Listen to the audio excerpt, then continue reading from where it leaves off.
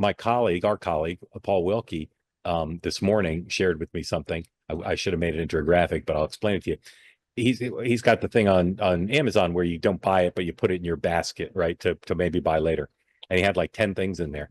And this morning on the morning meeting, we said, well, they're not going to be inflation for 30 or 60 days.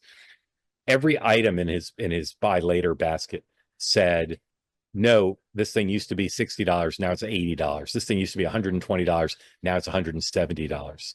And whoa, like, I don't know, go into your basket, see if that's happened. Whoa, I say, if all over the country, people are buying stuff on Amazon and the prices have gone up, and there were significant price increases in a lot of the cases.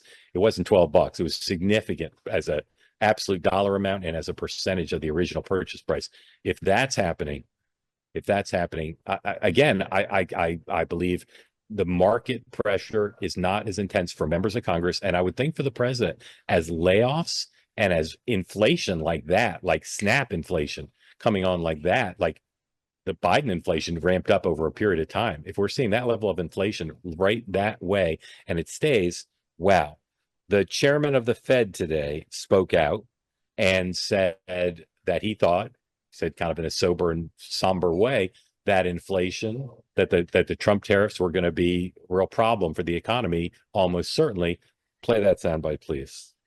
A highly uncertain outlook with elevated risks of both higher unemployment and higher inflation. The new administration is in the process of implementing substantial policy changes in 4 distinct areas: trade, immigration, fiscal policy, and regulation. Our monetary policy stance is well positioned to deal with the risks and uncertainties we face as we gain a better understanding of the policy changes and their likely effects on the economy. It is not our role to comment on those policies.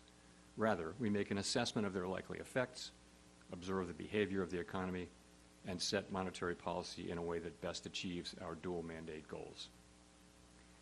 We have stressed that it will be very difficult to assess the likely economic effects of higher tariffs until there is greater certainty about the details, such as what will be tariffed, at what level, and for what duration, and the extent of any retaliation from our trading partners.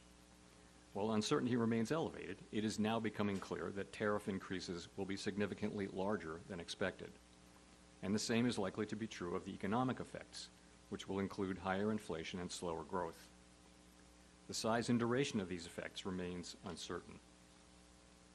While tariffs are highly likely to generate at least Okay, that's the one I wanted you to hear. He said higher inflation and slower growth. If you're still awake, if Chairman Powell did not put you to sleep, the president said on social media, whereas Chairman Powell is adhering to the norms and conventions that the Fed chair doesn't comment in detail on executive branch policy, the president went on social media and said the guy can redeem himself for his failure to react quickly enough before, and he should cut interest rates.